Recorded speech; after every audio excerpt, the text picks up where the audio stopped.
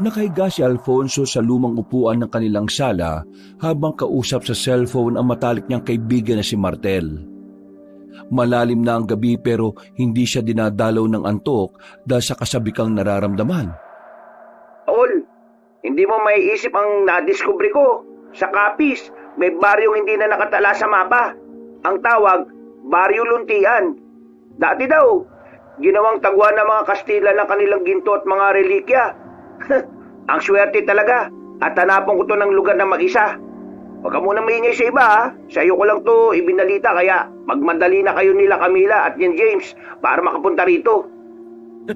Baryo Luntian? Di ba sabi na matatanda, sa Capiz daw ang sentro ng mga aswang? Sigurado ka bang safe sa lugar na yan ha? Talagang diyan mo pa naisipan pumunta ha? Kakaiba ka talaga, tol. Naku, uunahin pa ba natin yung mga aswang-aswang na yan? Pagkakataon na natin to para magkaroon ng malaking break sa pagyaman, tol. Sa bagay. Pero sure ka ba na legit yung sinasabi mong treasure? Baka mamaya gawa-gawa lang yan ng mga taga rin sa Baryo Luntian. Eto naman, kung gawa-gawa lang, bakit may lumang dokumento akong nahukay sa library ni Lola Imelda ko? Nakasulat doon, ang yaman ay nakatago sa lupa ng mga nawalang kayamanan. Sigurado akong totoo to. Kaya nga ako munang nagpunta para makumpirma yung nasabing lugar Biruin mo, tol. Sinunod ko lang yung lahat ng instruction sa lumang dokumento. At yun na nga, wala! Nakarating na ako rito. Mas malaking tulong kung magpupunta tayo rito kaagad-agad. Hindi na muna nagsalita si Alfonso. Patuloy lang siyang nakinig sa mga sinasabi ni Martel sa kabilang linya. Sa pagiging treasure hunter niya sa loob ng ilang taon, ay hindi na bago sa kanya mga kwentong katulad nito na parabang alamat na lang kung tutuusin. Kadalasan, katang-isip na lang talaga at wala silang natutunto na kayamanan. Pero habang pinakikinggan niya ngayon ay tila iba ang tono ng matalik niyang kaibigan. Mahalatang seryoso talaga ito sa mga sinasabi. Uy, ano na? Di ka na nagsasalita dyan. May kausap pa ba ako? Oo, nandito pa ako. Nag-iisip lang ako kung anong gagawin Huwag mo nang pag-isipan pa. Halina kayo rito, habang wala pang ibang nakakatuntong sa lugar na ito. Mamaya maunahan pa tayo ng ibang tao Delikado kapag ang mga sakim na politician ang napunta sa kayamanang makikita natin. Idagdag mo pa yung mga rebelde na pakalat-kalat sa iba't ibang probinsya. Wala ka bang tiwala sa best friend mo, ha? Ito naman, nagtampo ka agad. Basta kung totoo yan, kasama mo ko. Alam mo namang hindi ako uurong sa ganitong misyon Pero teka, sigurado ka bang ligtas at walang aswang? Alam mo naman na kapag binabanggit ang Capiz yung kaagad ang kaisipan ng mga tao. Ay nako, alam mo naman ng mga tao. At saka kahit saan naman may aswang at hindi lang sa Capiz. Diyan nga sa Maynila, marami lalo na paggabi. Naninitsit pa sa'yo sa dilim, tapos aalokin ka ng 150. Si Raulo, ibang aswang naman yun Teka tol. Oh, anong problema? Bakit bigla ka nalang sumeryoso dyan? Naputol ang boses sa kabilang linya, pero may mga narinig pang boses si Alfonso na hindi niya maintindihan. Anong nangyari ron? Sinubukan niyang i-dial ulit ang numero ng best friend pero hindi na yon sumasagot. Napakibit-balikat na lang siya at ipinagsawalang bahala na lang muna ang tungkol dito. Akala niya kasi ay ayos lang ang lahat. Pero lingid sa kanya ay may nangyayari ng kakaiba sa kinaroroonan ng matalik niyang kaibigan. Kinabukasan, sinubukan muli ni Alfonso na tawagan si Martel subalit ring lang ng ring ang nasa kabilang linya. Paulit-ulit siyang tumatawag hanggang sa tuluyan na lang mag-cannot be reached na lang ang narinig niya. Ano na nangyari sa taong yun? Hindi naman siya nagpapalobat ng sipi. Parang nakakapag-alala tuloy Dahil dito, matapos siyang mag-asikaso ng sarili, ay umalis siya ng bahay at tinawagan ng girlfriend na si Camila, pati ang isa pa niyang kasamahang treasure hunter na si James. Nagkita sila sa isang fast food chain at habang kumakain at nagkakape ay napag-usapan nga nila ang tungkol sa sinasabi ni Martel kagabi. Sir Fonso, ito po, sa akin lang naman Pero kung ako sa'yo huwag ka na makisangkot sa sinasabi ni Sir Martel. Biruin nyo, Kapis pa talaga yung tinutukoy niyang lugar. Pero maganda sa Kapis at wala naman ako nakikita masama. Taga roon kaya yung katrabaho ko. Ilang beses na rin ako nakapunta roon. Sumama na nga rin ng isang beses yung boyfriend ko Wala naman sigurong masama kung makikinig tayo sa sinasabi ni Martel. Ang sa akin lang naman, Ate Camila. Alam naman natin ang reputasyon ng lugar na yun pagdating sa kababalagan. Naintindihan kita. Pero si Martel na yun, di ba? Hindi naman basta-basta magkukwento ang taong yun ng walang basihan. Hindi mema yung best friend nitong boyfriend ko. Yung bang mema sabi lang? Talagang based on fact yun palagi. Maingat na tao yun Pagdating sa ganyan, at ayaw niyang napapahiya. At saka, treasure hunter tayo. Kung totoo ngang mayaman, malaking bagay yun. Paano po kung delikado? Di po ba hanggang ngayon hindi na sumasagot si Sir Martel, di ba?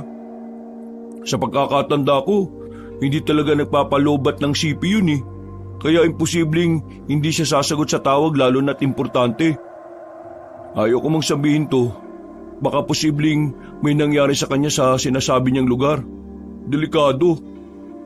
Yun na nga ang isa ko pang pinag-aalala Kung may nangyari man sa kanya, hindi ko kayang pabayaan si Martel. Pupuntahan ko siya sa Baryo Luntian. Alam niyo po ba kung saan yun? Malawak din po kasi yung Kapis, Sir Fonso Diyan naman tayo palagi nagsisimula sa malawak na lugar hanggang sa paliit ng paliit at hanggang sa makita natin. Wala nang dapat na aksaying oras. Pupunta na ako sa Kapis. Sasama ko. Hindi ako papayag na mag-isa ka lang na pumunta ron. Siyempre, hindi rin naman ako magpapaiwan sa adventure na to, no? Para na rin makita natin si Sir Martel kung saan man siya napadpad. Wala na ngang inaksayang oras ang tatlo. Matapos nilang makapagayos ng mga dadalhin, ay nagbiyahe na nga sila patungong Kapis.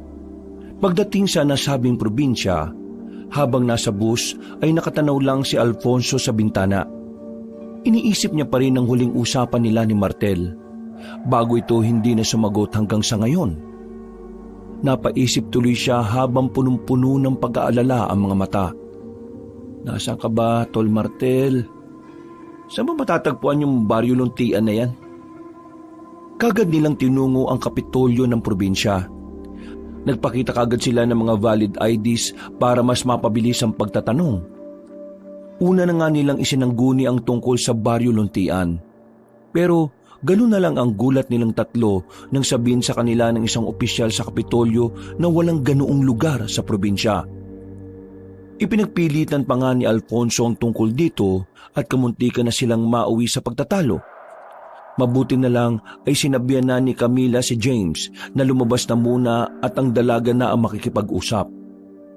Makalipas ang ilang minuto, bigo sila na nagtambay na muna sa isang fast food chain para kumain, magpahinga at makapag-isip-isip.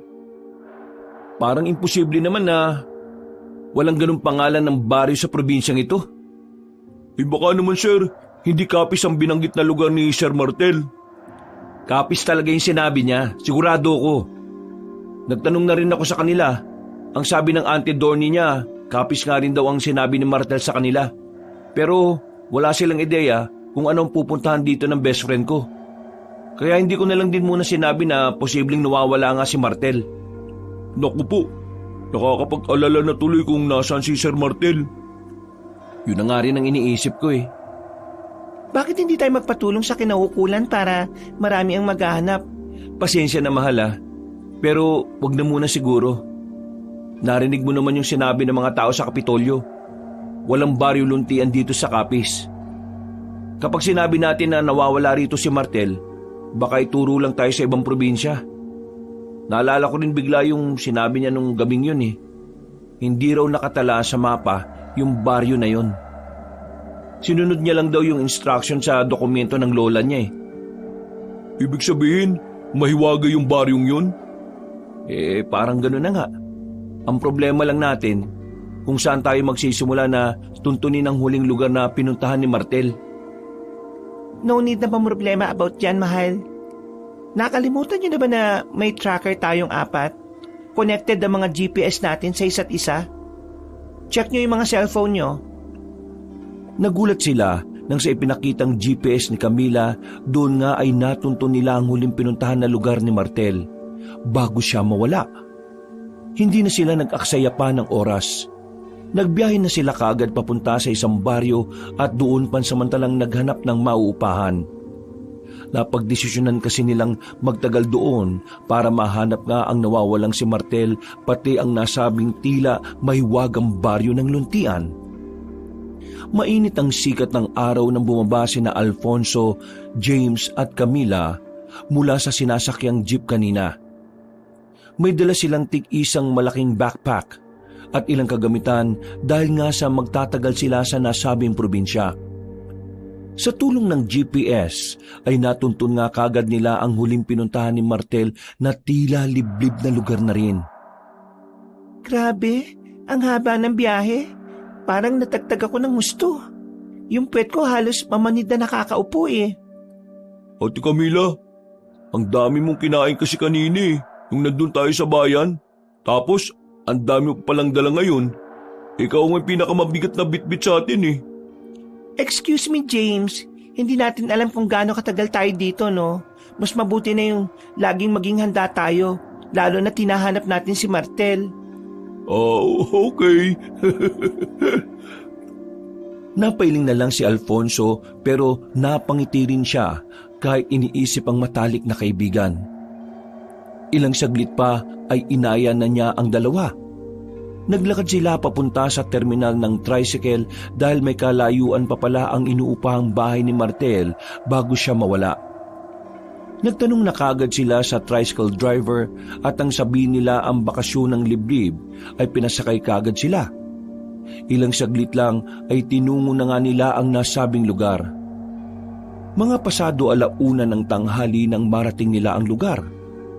Pagkalapag ng mga gamit ay kumain muna sila ulit ng mga dalang pagkain na nabili nila sa kabayanan. Maya-maya pa, habang nagpapahinga sina James at Camila, ay lumabas muna si Alfonso para magmasid sa lugar. Nag-ikot-ikot muna sila sa buong bahay habang humahanap ng clue para makita si Martel. Saan ka ba nagsusuot, Martel? Asan ka ba? Matapos malibot ang buong bakuran, ay naglakad-lakad pa sila hanggang sa makapunta sa ilang kabahayan. Nang makita niya ang ilang kalalakihang nakatambay, ay nagtanong-tanong siya patungkol sa baryo Luntian. Pero pare-pareho ang sagot ng mga kalalakihan. Wala rin daw ganoong baryo sa kanilang lugar. Pinakita niya rin ang mukha ni Martel at nakilala yun ng iilan sa kanila. Ilang araw-araw na malagi ang binata sa bakasyon ng liblib pero nawala na nga rin daw ito bigla.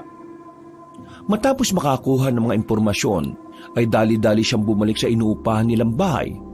Doon ay naabutan niya sina James at Camila na nag-uusap. Oh, anong meron guys?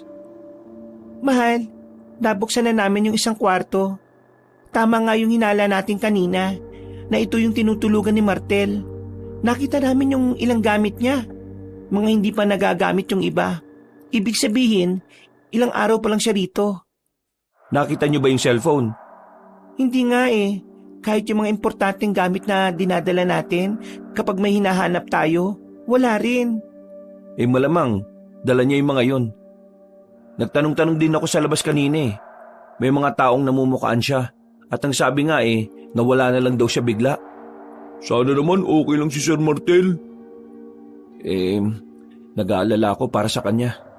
Pero hindi ko naman nararamdaman na nasa kapahamakan siya O sige na, magpahinga na muna tayo dahil medyo mainit sa labas. Mamaya mga bandang 4:00, saka tayo lumabas at maghahanap-hanap sa kakahuyan. Pati sa bundok hanggat maaari.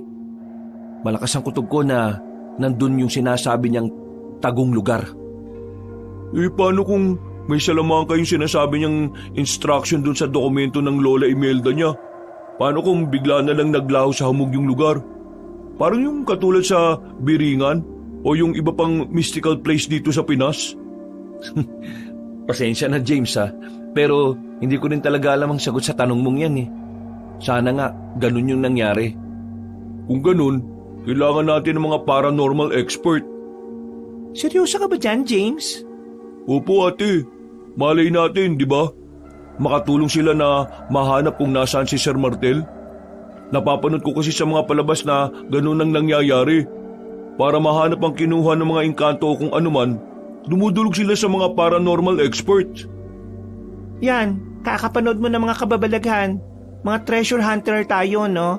Hindi tayo into some kind of paranormal experts na yan. Sige na, mamaya na natin pag-usapan yan.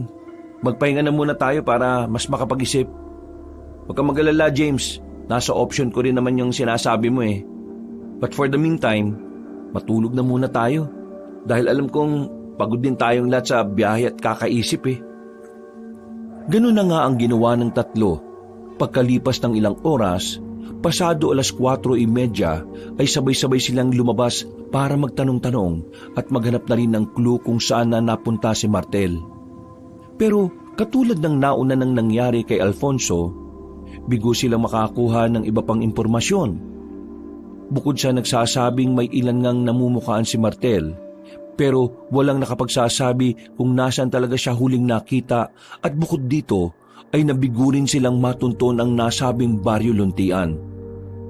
Dumaan na lang sila sa talipapa at bumili ng makakain para sa hapunan bago bumalik sa bakasyon ng liblib.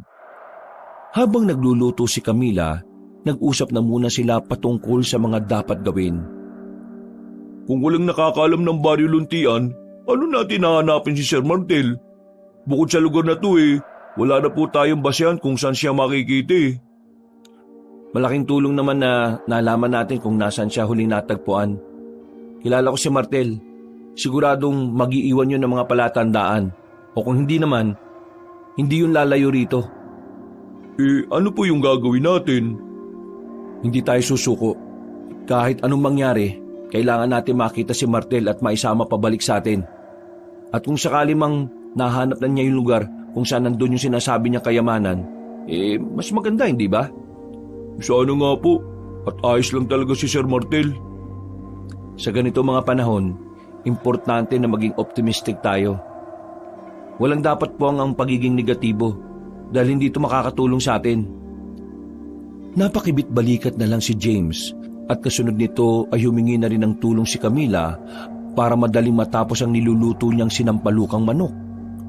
Samantala, nagmasid-masid naman ulit si Alfonso sa kwartong tinulugan ni Martel. Naghanap pa na ulit siya ng clue hanggang sa makita ang isang lumang notebook. Aba, journal to ni Martel Bakit niya iniwan dito? Lagi niya itong dinadala kapag lumalabas siya. Ay nako, ano kayang nangyari rito? Posible kayang may nanloob sa kanya at nakidnap siya? Binuklat niya ang nasabing journal at pagdating sa kalagitnaan ay nakita niya ang huling sulat doon ni Martel. Ilang araw bago ito mawala, binasa ito ng malumanay ni Alfonso habang nakaupo sa kama. Nararamdaman ko ng makikita ko ang nawawalang Baryo Luntian. Noong nakaraang araw, inumpisan ko ang paggawa ng mga instruction sa lumang dokumento ni Lola Imelda. Success ang una kong ginawa. Kailangan ko na lang sundin ang 4 pang natitira. Parang palagay ko, para siyang hugis bituin kung susumain. Parang susi ito papasok sa Baryo Luntian. Totoo pala talaga. Ang buong akala ko gawa-gawa lang to. Pero totoo talaga. Hindi ko alam kung paano naitago ang baryo. Kung anong klaseng salamangka o magic ang ginamit nila. Wala akong idea. Pero totoo talaga. Kaya hindi malayong totoong-totoo rin ang kayamanan na tinatago ng mga Kastila noon sa nasabing baryo. kapag nakapasok na ako, saka ko sasabihin sa best friend ko ang tungkol dito. Hanggang dito na lamang muna. Napabuntong hininga si Alfonso dahil wala nang kasunod ang sinulat ng matalik niyang kaibigan. Kaya pala, hindi alam ng mga taon tungkol sa Baryo Luntian. Talagang nakatago pala yung Baryo Luntian na yun. Posibleng nandun na si Martel. Pero, paano namin matutuntun yung baryong yun kung hindi namin alam ang daan? Natigilan na siya matapos makarinig ng tila mga yabag sa labas ng bahay. Tumayo siya at sumilip sa labas pero wala naman siyang nakitang tao roon. Ihip lang ng hangin ang narinig niya kaya hinawi na lang niya ang kurtina paloob at lumabas na ng kwarto si Martel. Nang nasa kusina na, habang naghahapunan ay dinidiscuss niya sa mga kasama ang tungkol sa nabasa sa journal ng matalik niyang kaibigan. Nagulat sina James at Camila matapos kang marinig ang tungkol sa nawawalang baryo ng Luntian. Paano natin siya makikita, Sir Fonso? Kung di naman natin alam yung instruction para makapunta sa Baryo Luntian. Kasi sa pagkakaintindi ko, yung instruction lang dun sa lumang dokumento ni Lola Imelda ang way papunta sa lugar na yun eh. Yun na nga nagpapasakit ng ulo ko eh. Paano po kung trap na siya sa lugar na yun at di na niya alam ang daan pabalik? Wag mo nang pasakitin palalo ulo ko, James. Nagsasabi lang naman po ko ng mga posibilidad na pangyayari, sir. Palagay ko naman, kung meron instruction si Lola Imelda papunta sa Baryo Luntian, malamang meron din yung instruction kung paano makakalabas ng lugar na yun. Bakit po hindi pa rin nagpapakita si Sir Martel? Ilang araw na po siyang nawawala. Posible kayang may nangyari na talaga sa kanyang masama? O pwede rin namang inaalam niya pa yung instruction kung paano makakabalik dito sa atin. Sa tingin ko, mahal, yung suggestion ni James na manghingi tayo ng tulong sa mga paranormal expert, gawin na natin. Wag na muna. Ayaw ko makaagaw din tayo ng atensyon sa ibang tao. Sa ngayon, tayo-tayo na lang muna ang gumawa ng paraan para kapag wala na talagang pagpipilian, hahanap na tayo ng makakatulong sa atin. Basta, isikreto na lang muna natin ang tungkol dito. Delikado rin kasi kung sakali mang totoong may tagong yaman sa nasabing baryo na yun eh. Naunawaan naman ni na James at Camila ang nais iparating ni Alfonso. Kaya sinunod nila ang nais nun.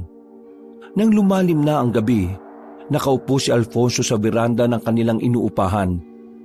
Tinititigan niya ang kagubatan habang nakikinig sa ingay ng mga kuliglig. Biglang bumukas ang pinto at lumabas si James na may daladalang 2 bote ng alak na kasama sa nabili nila kanina. Sabi ko na eh, hindi ka pa natutulog eh. Sir, ito po, 1 bote muna. Hindi ka talaga nawawala ng alak eh, no? Kailangan natin to, sir eh, para pampaimbing ng tulog. Sa bagay, tama ka. Hindi rin talaga ako pinatutulog ng pag-iisip ko kay Martel eh. Ayaw ko mang isipin yung mga sinasabi mo kanina na baka may nangyaring hindi maganda sa kanya. Pero hindi rin naman may sasantabi yun. Sana lang talaga ayos siya. Sabi niyo nga po, sir, di ba? Maging optimistic lang tayo. Stay positive, di ba? Natigilan na si James sa pagsasalita dahil nakarinig sila ng kaluskos malapit sa kanilang pwesto. Pagtingin nilang dalawa sa halamanan sa kanan ay nakita nilang may kung anong gumagalaw doon. Dali-daling binuksan ni James ang flashlight ng kanyang cellphone at itinapat doon ng ilaw. Tila gumagapang ang kaluskos kaya sinundan nila yun ng tingin habang sumusunod din ang flashlight dito. Nakatinginan pa sila ng sabay. Kinukutuban. Dali-daling kinuha ni Alfonso ang lisensyado niyang baril na nakatago lang sa likod niya. Tumayo sila pareho at naglakad pababa sa veranda. Sino yan? Lumabas ka dyan! May baril ako rito! Papuputokan kita kapag hindi ka lumantad! Tila natakot kung sino mang nagtatago sa halamanan. Lalong lumakas ang kaluskos hanggang sa lumayo na yon. Sinubukan nilang habulin pero mula sa hindi kalayuan ay nakarinig na sila ng nakakakilabot na alulong ng aso. Sabay silang napahinto at napatingin sa nilalang na hahabulin sana nila. Nakita nila ang itsura ng isang matandang babae pero nakalayo na yon. Hahabulin pa nga sana ni James pero pinigilan na siya ni Alfonso. Bakit niyo ako pinipigilan? Maabutan ko naman yung matandang babae na yun eh. Narinig mo ba yung alulong kanina? Opo. Alam mo naman ang kasabihan patungkol sa pag-alulong ng mga aso, di ba? Opo sir, pero totoo ba yun? Sa mga ganitong klase ng probinsya, mas mainam nang pakinggan natin ang mga ganoong pamahiin. Alalahanin mong wala tayo sa Maynila. Halika na, bumalik na tayo. Doon na rin natin ubusin yung iniinom nating alak. Sige sir, noted po. Sabay na nga silang bumalik sa loob ng bahay at ipinagpatuloy ang pag-uusap habang inuubos ang tig-isang bote ng alak. Nang matapos na, ay nagpaalam na siya kay James na naiwan sa sala dahil gusto pa nitong uminom ng isa pang bote. Pagdating sa kwarto ay tumabi na siya kay Camila na nahihimbing na sa pagtulog. Bago matulog ay napaisip pa siya tungkol sa matandang babaeng nakita nila kanina. Ano kaya minamatyaga na matandang babae na yun dito? Hindi kaya may kinalaman siya sa pagkawala ng best friend ko? Bukas, dapat makita ko siya. Mahal, matulog ka na. Baga pa tayong pupunta sa gubat para maghanap ng mga clues na magtuturo sa kinaroroonan ni Martel, di ba? O sige mahal, tulog ka na. Tulog na tayo. Niyakap na nga niya ng maigpit ang girlfriend at nakatulog na sila ng mahimbing. Kinabukasan, habang nag-aayos sila ng gamit, may biglang kumatok sa pinto. Nang pagbuksan niyo ni James ay tumambad sa kanilang paningin ng isang matandang babae.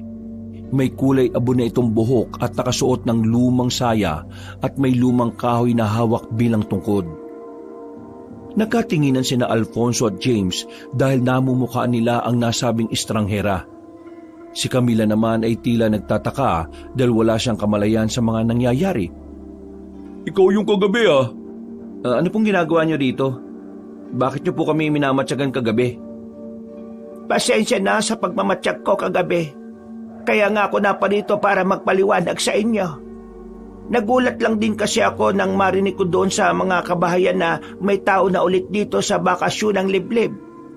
At kung hindi ako nagkakamali, hinahanap niyo ang dating umuupa rito, hindi pa? Kilala niyo po si Martel? Siya nga, Martel nga ang pangalan niya at nagpunta siya sa Baryo Luntian na hinahanap niyo rin ngayon. Tama ba ko? Alam niyo rin po yun, Lola? Ang tungkol sa Baryo Luntian? Corazon ang pangalan ko. At oo, alam ko ang tungkol sa lugar na yon, kung saan nagpunta ang kaibigan ninyo. Dahil sa sinabing yon ng estrangherang matanda, ay nakatinginan sina Alfonso, James at Camila. Dahil sa wakas, may isang tao na rin na nakakaalam ng baryong nawawala. Sabay-sabay silang naglapag muna ng mga gamit at pinatuloy sa loob si Manang Corazon. Nagtimpla na rin muna kaagad si Camila ng tsaa para sa matandang babae. Seryoso namang naupo sina Alfonso at James para pakinggan ang mga ilalahad ng tila misteryosang ginang. Ako po pala si Alfonso, ito naman si James, at yung babaeng kasama namin ni girlfriend ko, si Camila. Mawalang galang na po, Manang Corazon. Gusto ko lang din po munang humingi ng paumanhin sa mga nasabi ko sa inyo kagabi ah. Alam niyo naman po, nag-iingat lang kami. Naintindihan ko naman yon, iho. Kahit sino naman siguro ay ganun ang gagawin. Hihingi lang din ako ulit ng tawad patungkol sa kagabi. Pasensya na po sa agaran kong tanong ah. Nag-aalala na rin po kasi kami sa best friend kong si Martel eh. Pwede niyo po bang ituro sa amin kung paano makakapunta dun sa nawawalang baryo ng Luntian? Oo. Ako ang natitirang tagapag-ingat ng lihim ng baryo. Matutulungan ko kayo pero bago yon ay nais kong itanong. Handa ba kayong harapin ang kapalit? Ano naman po yung kapalit? Baka naman po binubudol niyo lang kami ah. Uunahan ko na po kayo. Mukha lang po kaming mayayaman pero hindi pa kami mapepera. Salamat, iho. Pero hindi naman ako nangangailangan ng pera. Sa Baryo Luntian, nagkalat lang ang ginto, pero hindi to pinapansin ng mga taga roon. Dahil hindi naman lahat ng yaman ay ginto. Nagkatinginan sina Alfonso at James habang si Camila ay kadarating lang at takang-taka habang iniaabot sa matandang babae ang tsaa. Dahil kasi sa sinabi ni Manang Corazon ay nakumpirma nila na maraming natatagong yaman ng Baryo Luntian. Kitang-kita ang mga ngiti sa mga mata nila, lalo na kay James na halos magningning na kaagad ng mga mata sa pag-iisip ng ginto. O pwede niyo po ba kaming dalhin sa Baryo Luntian? Kung nasaan ang kaibigan kong si Martel? Kung tutulungan niyo po kami, pangako po na babayaran po namin kayo sa abot ng aming makakaya. Katulad nga ng sinabi ko kanina, tutulungan ko kayo. Pero meron itong kapalit. Huwag kayong mag-alala dahil hindi ko kailangan ng pera o kahit na anong meron kayo. Kung ganun po ano pong kailangan nyo?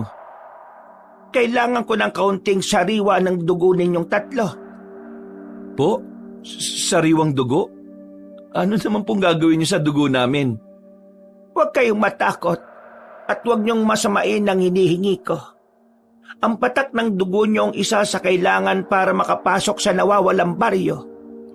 Sinabi ko na kanina na ako ang natitirang tagapag-ingat ng baryo at para mabuksan ang lagusan ay kailangang gawin ng isang importanteng orasyon. Ang orasyon ay nangangailangan ng dugo ng mga papasok sa Baryo Luntian. Ganun po ba? Kung yung pong requirements, handa po akong magbigay ng dugo ko para makapasok na sa Baryo Luntian at makita ko ng best friend ko. Ako rin. Excited na akong makita ang makinang na nawawalang baryo. Kung ganun, pwede na nating simulan kahit anong oras? May tanong lang po ako sa inyo, Manang. Bakit niyo po kami tinutulungan? At nakakapagtaka lang dahil wala kayong hinihinging kapalit. Magandang tanong yan, Ineng. Gusto ko lang na makuha niyo na ang kaibigan ninyo. Ayaw ko na rin may nagtatagal sa Baryo Luntian, lalo na sa mga katulad ninyo. Kung ganun alam niyo po na mga treasure hunters kami? Oo. Marami-rami na rin ang mga katulad niyong naganap sa Baryo Luntian pero kayo lang ang pinahintulutan ko. Hindi dahil sa gusto ko, kundi dahil ang kaibigan niyo. Kailangan niyo na siyang isama pabalik. Sinabi niyo po kanina na maraming ginto sa Baryo Luntian. Okay lang po ba kung kukuha kami ron? Siyempre naman, okay na okay lang yun, di po ba? Napapaismid lang ng ngumiti si Manang Corazon, kaya tila mas lalong nagduda si Camila sa ikinikilos ng kanilang kausap. Iba talaga ang kutob niya sa matandang babae. Pakiramdam niya ay maiba itong pakay sa kanila. Ngumiti si Manang, ibig sabihin pwedeng-pwede natin kunin ang mga ginto. Ito na yung break natin. Tama si Martel, sir. Yayaman na tayong lahat nito. Tara na, at nai-excite na ako. Sigurado po ba kayo naligtas ang baryong yon? Ate Camila naman, anong klaseng tanong yan? Mapupurnada pa tayo nito kapag nagkataon Pasensya na po sa tanong ko pero nagtataka lang ako dahil bakit hindi na lang po kayo mismo ang nagpabalik sa kaibigan namin kung talagang okay lang siya? Naiintindihan ko ang sinasabi mo, Iha. Pero dahil sa mga kayamanan na meron ng baryo, sa tingin mo ba, papayag na umuwi kagad ang kaibigan nyo? Sa tingin ko, kayo lang ang may kakayahang makapagpabalik sa kanya. Naiintindihan ko rin naman kung hindi kayo maniniwala. Pwede na akong umalis ngayon. Pero kung magbago na ang isip nyo hanapin nyo lang ako sa gubat. Sige po, pag-uusapan po muna namin ang tungkol dito. Hindi kasi kami basta-basta na lang pwedeng magdesisyon lalo na't nararamdaman kong hindi basta-basta ang Baryo Luntian na sinasabi nyo Sige, naiintindihan ko. Aalis na muna ako para makapag-usap na kayo. Papaalalahanan ko lang kayo na mabilis ang pagtakbo ng oras at hindi natin alam kung ano ang nasa nawawalang baryo. Kaya sana, mapag-isipan nyo na ng mabuti. Maraming salamat sa tsaa. Pag-alis ng matandang babae ay tila nagmaktol si James habang si Alfonso naman ay napapaisip. May punto rin naman kasi ang girlfriend niya kahit gustong-gusto na niya talagang mapuntahan ng Baryo Luntian. Ano ba naman yan, Ate Camila? Bakit mo naman sinabi yun sa matanda? Paano na lang kung magbago ang isip niya na hindi tayo tulungan? E di matatrap na ng tuluyan si Sir Martel sa Baryo Luntian. Huwag kang umasa na parang concern ka talaga kay Martel ah. Kitang-kita ko sa mga mata mo na parang kumikinang naging tulang ang habol mo. Kaya nga po tayo naging treasure hunters, di ba? Para saan pat hindi tayo magkaka-interes sa ginto? Yung palay na po mismo lumalapit sa atin eh oh. Inaayawan niyo pa? Hindi sa inaayawan ko. Hindi ko lang makita yung sense ng pagtulong niya na walang kapalit. Siguradong may ibang plano yung matandang yun eh. Nararamdaman kong hindi yun maganda. Eh paano po pala ate kung mali yung pakiramdam niyo na yan? Eh di ano na mangyayari kay Sir Martel doon sa baryo? Hahayaan na lang ba natin siya? Wala naman akong sinabing hahayaan na lang natin siya eh. Kaya nga tayo nag-uusap-usap ngayon. Eh Sir Fonso, ano na po plano niyo? Ginto na yun oh. Baka kapag nagbago pa yung isip ng matandang estranghera na nagkakawang gawa eh, baka maging bato pa yung ginto. At hindi na natin makita si Sir Martel. Tama na. Bigyan niyo muna ako ng katahimikan. Kahit saglit lang, para makapag-isip-isip naman ako. Kumalma lang din muna kayo ha, kayong dalawa. At huwag kayong magtalo, okay? Eh sir, huwag na natin patagalin ang pag-iisip. Narinig naman natin yung sinabi ni Manang Corazon na tumatakbo ang oras.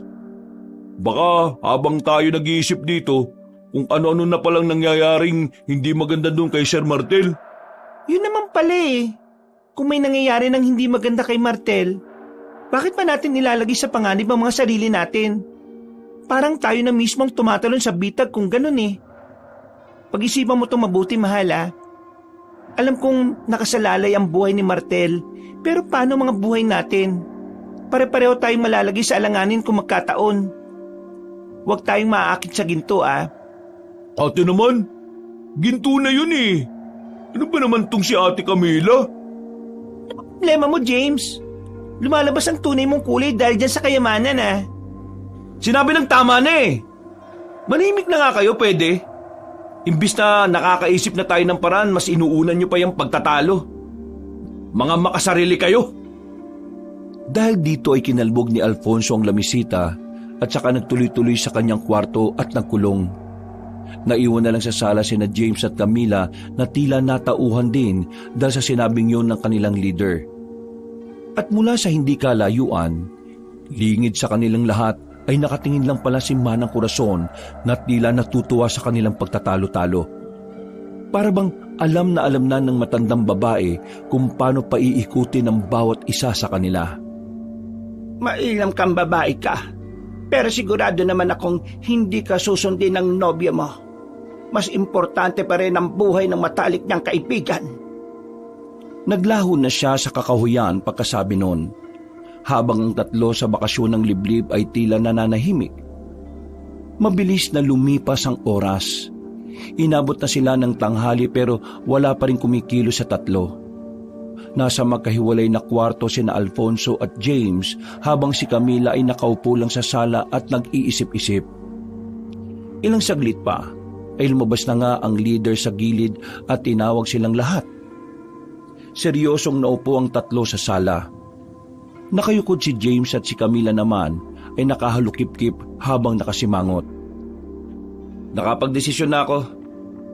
Ako na lang ang pupunta sa Baryo Luntian. Ha? Anong ikaw lang?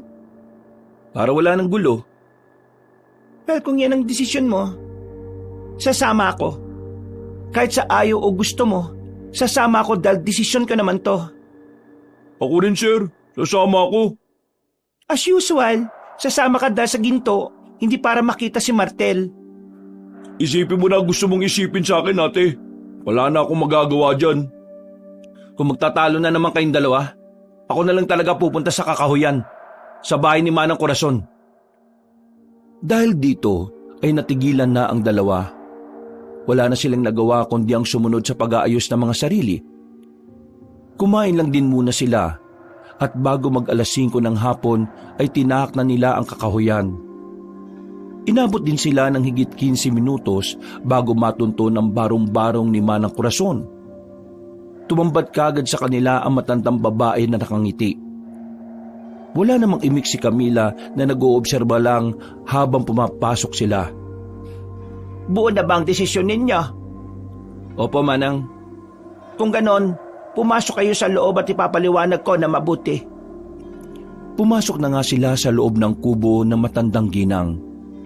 Doon ay bumungad sa kanila ang iba't ibang klase ng mga halamang gamot na nakalagay sa maliliit na paso. May ilan ding mga iba't ibang uri ng buto na nakasabit sa kahoy na pader at ilang likido na nakalagay sa tila nilulumot na garapon. Mas lalo tuloy na ginala si Camila kay Manang Corazon, kaya napakapit siya sa boyfriend at napabulong. Mahal, hindi talaga maganda ang kutob ko sa matandang yan. Minahon ka lang, mahal. Ipaubaya mo na muna sa akin to, please. Napabuntong hininga na lang si Camila bago sila maupong tatlo. Ilang saglit pa ay ipinaliwanag na nga ni Manang Corazon ang mga gagawin nila. Bukod sa pag-aalay ng kaunting dugo, ay kailangan pa nila maghintay na mag-alas 10 ng gabi. Ayon kasi sa matandang babae, ay ito raw ang tamang oras para isagawa ang ritual. Dahil tuloy doon, ay nagtagal pa sila sa barong-barong at marami silang nalaman na katauhan ni Manang Corazon. Bukod nga sa siya ang natitirang tagapagbantay sa lagusan ng nawawalang baryo, ayon pa sa kanya ay galing sila sa lahi ng mga babaylan. At noong panahon ng mga Kastila, sa pinagsama-samang Salamangka at Karunungang Itim, ay naitago nga ang baryo Luntian kasama ng ilang yaman katulad ng ginto. Ginawa ito ng mga tao roon dahil para makaligtas sa gerang nagaganap. Hindi ito lubos mapaniwalaan ng tatlo. Lalo na nang malaman nila na may mga tao pang nabubuhay hanggang ngayon sa baryong tinutukoy na matandang babae. May halong kaba at pagka-excite tuloy sa puso ni Alfonso. Habang kitang-kita pa rin sa mga mata ni James ang pagnanasa sa kayamanang nakatago sa nawawalang baryo. Kaya sa tuwing mapapalingon sa kanya si Camila, ay napapaismid na lang ang dalaga dahil alam niya ang hangarin ng puso ng malusog na binata. Napabulong na lang tuloy siya sa sobrang pagkadismaya sa kakilala. Napaisip din siya dahil nga sa mga taong nasa baryo Luntian. Kung hanggang ngayon ay nandun pa rin ang mga tao sa baryong yon, ibig sabihin ba nito matagal na silang nabubuhay? Paano nangyari yon? Sigurado kung may nangyari sa kanila na hindi pa sinasabi sa amin na matandang to. Sa dami ng mga napag-usapan ay hindi nila namalayan ang pagtakbo ng oras. Sumapit na nga ang alas 10 ng gabi. Tahimik na ang paligid at tanging huni ng mga kuliglig at kaluskos ng dahon ang maririnig. Nasa gitna ng sala sina Alfonso, James at Camila. Kasama si Manang Corazon na nakaupo sa lumang silyang kahoy. May hawak ang matandang babae na kapiraso ng papel na puno ng ukit na simbolo. Nakalabas at nakasindi na rin sa mesa ang ilang kandila na siya ring inilagay na matanda. Nandun na rin ang maliit na patalim na siyang gagamitin nila sa paghihiwa sa kaliwang palad bilang parte ng ritual. Makinig kayo. Katulad ng sinabi ko kanina, ang patak na mga dugo nyo ang magsisilbing pagkilala sa inyong pagtawid. Pero hindi ibig sabihin nito ay ligtas na habang ginagawa natin ito. Ang daan patungo sa baryo Luntian ay hindi simpleng kalsada lang. Nakatago ito sa pagitan ng dalawang mundo. Ang mundo ng mga buhay at ang mundo ng mga nilimot. Ang makakatawid lamang ay yaong makikinig at susunod sa orasyon na gagawin natin. Kapag naligalig kayo sa mga espiritu o demonyong nasa pagitan ng daan, hindi ko na kayo sagutin. Katulad ng sinabi ko kanina, ituon nyo lang ang sarili sa pagtawid sa lagusan kapag nakabukas na ang daan. Mahal, sigurado ka na ba talaga rito? Pwede pa tayong umatras. Iba talaga ang kutob ko Pasensya na, mahal, pero hindi kita mapagbibigyan ngayon. Alam mo naman kung gaano kaimportante sa akin si Martel. Hindi ko lang siya basta best friend. Kapatid at kapamilya ko na siya. Alam mo naman ang naging sitwasyon ko noon, di ba? Na sila lang ang kumupkup sa akin. Kaya sana maintindihan mo ko, mahal. Naintindihan ko naman yun eh. Pero nag-aalala lang talaga ako, mahal. Humawa ka lang ng maigpit sa kamay ko, mahal. Sabay-sabay tayong papasok. Hindi kita iiwan, promise. Ihandaan niyo na ang inyong mga sarili. Kapag sinimulan ko na ang orasyon, sigurado kong may mga lilitaw na hindi niyo maiintindihan. Huwag kayong lalapit. Huwag kayong bibikas ng kahit na anong salita maliban sa mga ituturo ko. Kapag may isa sa inyong pumalya, siguradong tatangayin kayo ng mga elemento sa pagitan ng lagusan at hindi na kayo makakabalik pa. Dahil sa sinabing yon ni Manang Corazon, ay lalong kumabog ang dibdib ni Camila. Pakiramdam niya sa bawat salita ng matandang babae ay may bigat na parang bumabalot sa kanilang tatlo. Nang masiguro na handa na ang lahat, ay inilabas na ng babaylan ng 4 na kandilang itim at sinindihan. Iniligay niya ito sa 4 na sulok ng lamisita kasamang iba pang mga kandilang naroon na. Umaningaw-ngaw ang himig ng malamig na hangin kahit nakasara ang mga bintana. Damang-daman nila ang kakaibang enerhiya na may dalang kabigatan. Lalong napahigpit ang kapit ng kamay ni Camila sa kanyang boyfriend. Si James naman ay tila nanginginig pa rin ang mga mata dahil sa pagka-excite na makita ang kayamanan sa Baryo Luntian. Nagsimula ng kumumpa sa hangin si Manang Corazon. Pagkalaon ay mas lalong tumindi ang lamig sa kapaligiran. Sinimulan na niya ang pagbibigkas ng orasyon. Mga kakaibang salita na siya lang ang nakakaunawa. Dahil dito ay tila mas tumindi ang bigat ng kapaligiran. Damang-daman nila ang mga yon na parang sila'y hinahatak na matinding gravity pababa. Napaikpit lalo ang paghahawak kamay ni na Alfonso at Camille dahil patindi ng patindi ang kakaibang enerhiyang bumabalot sa paligid. Nagpatuloy pa sa pagbibigkas ng orasyon si Manang Corazon hanggang 12 ulit. Pagkatapos siyang magsalita ay tila nilamo na matinding katahimikan ng paligid. Para bang dumilim kahit pa may kandilang nakasindi. Sa ngalan ng mga anino na gabay ng lagusan, sa ngalan ng ilaw na siyang nagbibigay tanglaw sa daan, pakinggan ang aking hiling. Tanggapin ang mga patak ng dugo bilang sakripisyo na makikita ang aming tinatahak. Humudyat si Manang Corazon sa tatlo, kaya isa-isa nilang kinuha ang patalim at magkakasunod na naghiwa ng palad. Nang dumungo ay isinali nila ito sa mangkok na nasa gitna ng lamisita. Nang matapon na ay saka sila bumalik sa paghahawak ng mga kamay. Nagpatuloy naman ang matandang babae sa pag-uorasyon. Muling tumindi ang lamig ng kapaligiran dahil dito hanggang sa muli na namang mabalot ng katahimikan ng paligid. Kitang-kita nila kung paanong kumulo ang mga dugo nila na nasa mangkok. Ito naman ang nagsilbing hudyat para kay Manang Corazon.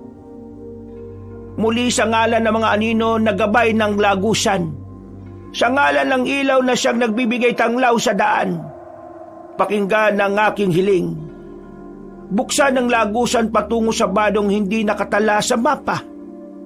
Paintulutang makapasok ang may sakripisyong dugo sa Baryo Luntian. Habang sinasabi niya ang mga kataga, napansin ni na Alfonso na ang mga kandila ay nagbabago ng kulay. Mula dilaw, naging berde at kalaunan ay naging itim. Mahal, Fonso, nakikita mo ba yon? Ang apoy? Oo, mahal. Pero huwag ka muna magsalita. Sabi ni Manang, di ba? Sundin na muna natin siya. Habang tumatango ang dalagang takot na takot, ay nagpatuloy naman si Manang Corazon sa orasyon. Habang bumibigkas siya ng mga kataga, ay unti-unting lumitaw ang mga aninong parang usok mula sa sahig. Gumalaw ang mga yon na parang may sariling buhay at tila bumabalot sa paligid nila. Diyos ko, ano to? Hindi na to normal, mahal. Kumapit ka lang na mabuti sa akin, mahal, at sundin natin ang mga sasabihin ni Manang Corazon. Tumingin lang kayong lahat sa kandila. At katulad ng sinabi ko kanina, huwag niyong pansinin ang mga aninong nagsusulputan. Huwag niyong pakikinggan ang anumang sinasabi nila. Sa gitna ng takot, Pinilit ni na Alfonso, James at Camila na mag-focus. Nakikita nila ang mga anino na tila nagsusulputan ng mga mukha na may mga matang walang puti at mga bibig na puno ng ngipin. Unti-unti na rin nilang naririnig ang mga kung ano-anong hinaing na mga ito, pero katulad ng bili na matandang babaylan ay hindi nila ito pinansin. Hanggang sa biglang may narinig silang malakas na ugong mula sa labas ng bahay. Umuga ang dingding dahil parang may malaking nilalang na tila nagpupumilit na pumapasok. Mahal, Fonso, may kumakalabog sa labas. Natatakot na talaga ako. Itigil na natin to. Wag! Makinig kayo mabuti! Wag na wag kayong titigil kahit na ano mangyari. Isa na lang ang bersikulo at makakatawid na kayo sa Baryo Luntian. Sinikap ng dalaga na sundin ang utos na matandang babae pero mas nadala siya sa takot. Nagpumiglas siya sa takot pero mas hinigpitan lang ni Alfonso ang paghawak sa kamay ng girlfriend niya. Sumenyas na nga ang matandang babaylan na sumabay sila sa sinasabi niya. Ganun na nga ang ginawa nila kahit kitang-kita ang takot sa mga mukha. At sa isang iglap ay nagliwanag na ulit ang lahat ng kandila. Kasunod nito ay sabay-sabay nang naglaho ang mga anino. Tila nasilaw silang lahat, kaya sabay-sabay din silang napapikit at pagmulat nila ay wala na sila sa inuupahang bahay. Sa halip ay nakatayo na sila ngayon sa gitna ng isang baryo. Malawak ang paligid, pero ang mga bahay ay gawa sa lumang kahoy at pawid. Ang mga tao ay tila mga estatwa lang na nakatitig sa kanila. Walang imik, titig na titig lang. Nasaan na po tayo, Manang? Nandito na tayo sa Baryo Luntian. Totoo ba to? Oo, makakasama nyo na ang taong hinahanap ninyo. Nasaan po si Martel? Hindi na ako ang makakasagot niyan, kundi sila. Napatingin sina Alfonso, James at Camila sa mga taong parang mga estatwa na nakatitig sa kanila. Dahil din dito ay nakaramdam sila na matinding pagkailang. Kakaiba kasi ang tingin ng mga taong yon na parabang sinusuri ang buo nilang pagkatao pati ang kaluluwa. Balak na sana magtanong ni Alfonso pero tila tumalim ang tingin ng mga taong nasa harapan nila. Kitang-kita pa nga ni Camila kung paanong parang mamula ang ilan sa mga matang yon. Dahil dito ay muli siyang bumaling kay Manang Corazon. Subalit ganun na lang ang gulat nila dahil nawala na lang na parang bula ang matandang babae. Nasaan na si Manang Corazon? Hindi ko napansin, sir eh. Ikaw, mahal, napansin mo ba kung saan nagpunta si Manang Corazon? Hindi rin, mahal. Isa na nagpunta yun. Natigilan na sila dahil ang mga taong tila estatwang may masasamang titig ay nagsimula ng magsikilos.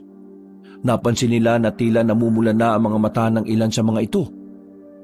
Nagkatinginan silang tatlo nang maunawaan na tila hindi ligtas kung mananatili sila roon. Doon lang din napagtanto ni Alfonso na tila tama nga ang kanyang girlfriend na may kakaiba sa Baryo Luntian.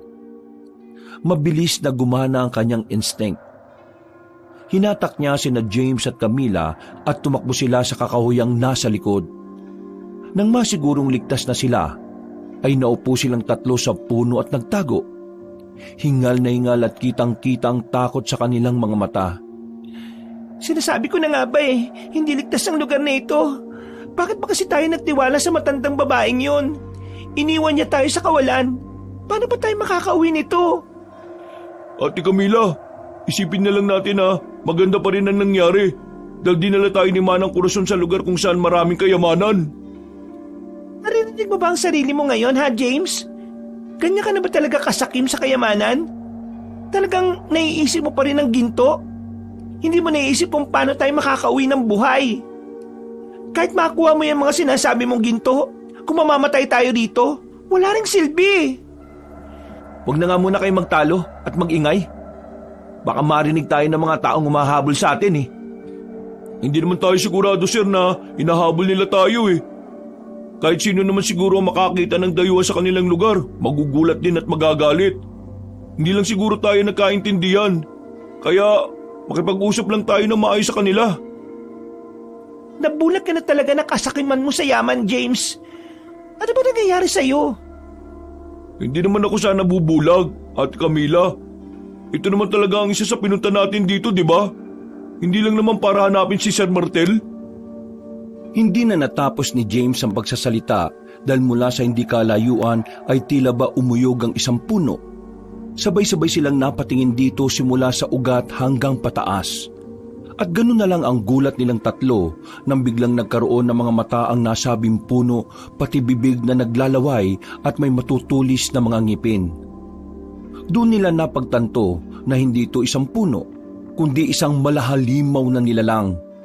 Dahil dito ay napasigaw si Camila sa takot. Tumalo ng halimaw na nagpapanggap na puno dahil ang balat nito ay parang ang ganon. Napatras naman silang tatlo pero nadapa si Camila kaya siya natalsikan ng maladagta nitong laway sa kaliwang hita. Pagtayo ay bigla na lang siyang nakaramdam ng pagkamanhid hanggang sa mahirapan na siyang gumalaw. Dahil dito ay binuatan niya ang boyfriend at patakbo silang lumayo sa lugar na yon. Ano yung halimaw na yun, sir? Hindi ko alam. Habang tinatakasan ng malatuod na halimaw, mula sa hindi kalayuan ay may nakita si Alfonso na aninong nakatayo at nakatitig sa kanila.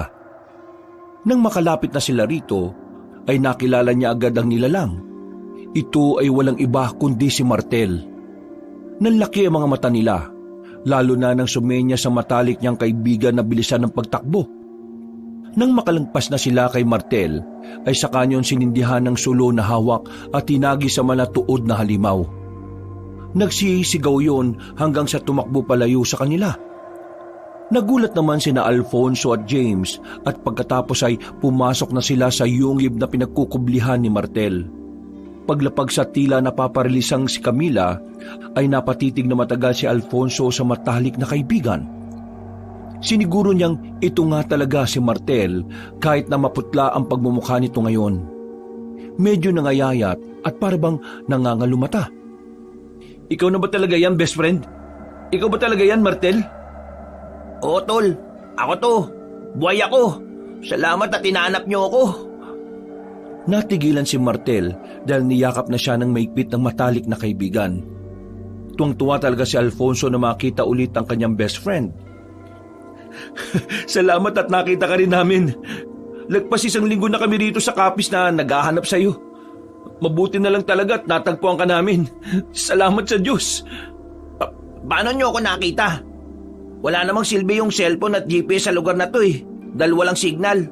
Nalobat na lang yung sa akin eh. At di ko na rin alam kung saan ko na naiwan. Kaya pala, hindi rin nagana itong mga sipi namin. Oo, tol. At ang alam ko rin eh, walang ibang daan papunta dito sa Barrio Luntian kundi itong pagsunod sa instruction sa lumang dokumento ni Lola Imelda. Tinulungan kami ng isang matandang babae, si Manang Corazon. Pero hindi na namin siya nakita eh. Nawala siya bago kami habulin ng nilalang na yung kanina. Sir Martel, ano ba yung malatuod na nilalang na yun? At paano mo nalaman ang kahinaan niya? Isa yung tuuran. Ang tuuran ay isang uri ng mga makalumang aswang. Ayon dito sa lumang dokumento ni Lola Imelda, nunggang panahon ng Kastila pa sila nag-e-exist. Kung ganun eh, may mga aswang din dito sa Barrio Luntian? Oo, at hindi lang tuuran. Dahil ayon dito sa nakasulat sa huli ko lang din nabasa, bukod sa tuuran ay may panikbot at luwad din. Pare-pareho silang mga makalumang aswang na nung panahon pa ng Kastila nag-e-exist. At ang mas nakakagulat sa nalaman ko, ang kapalit pala ng ginawa nila ay ang pagiging aswang ng mga taga-baryo. Kung ganun eh, lahat na nandito sa Barrio Luntian mga aswang na? Oo, ang mga taga dito ay hindi na mga ordinaryong tao. Dahil sa nangyaring ritual noon, ang naging kapalit ay ang mismong mga katauhan nila. Pero totoo ba yung tungkol sa ginto at kayamanan? Dahil sa sinabing yon ni James ay tila napaungot si Camila. Pero hindi naman siya makakilos dahil sa pagkaparalisa. Napansin siya ni Martel kaya nagulat ang matipunong binata nang makita ang dalaga na may dagtang laway sa kanyang hita. Nadagtaan ba siya ng tuuran? Hindi ko sigurado pero natalsikan siya ng laway eh. Nakakaparalisa ang dagtang walay ng mga tuuran. Kaya mag-iingat tayo sa laway nila ah. Mabuti na lang at may dala akong halamang gamot galing sa isang barong-barong na nakita ko sa Kakahuyan bago magpunta rito sa Baryo Luntian.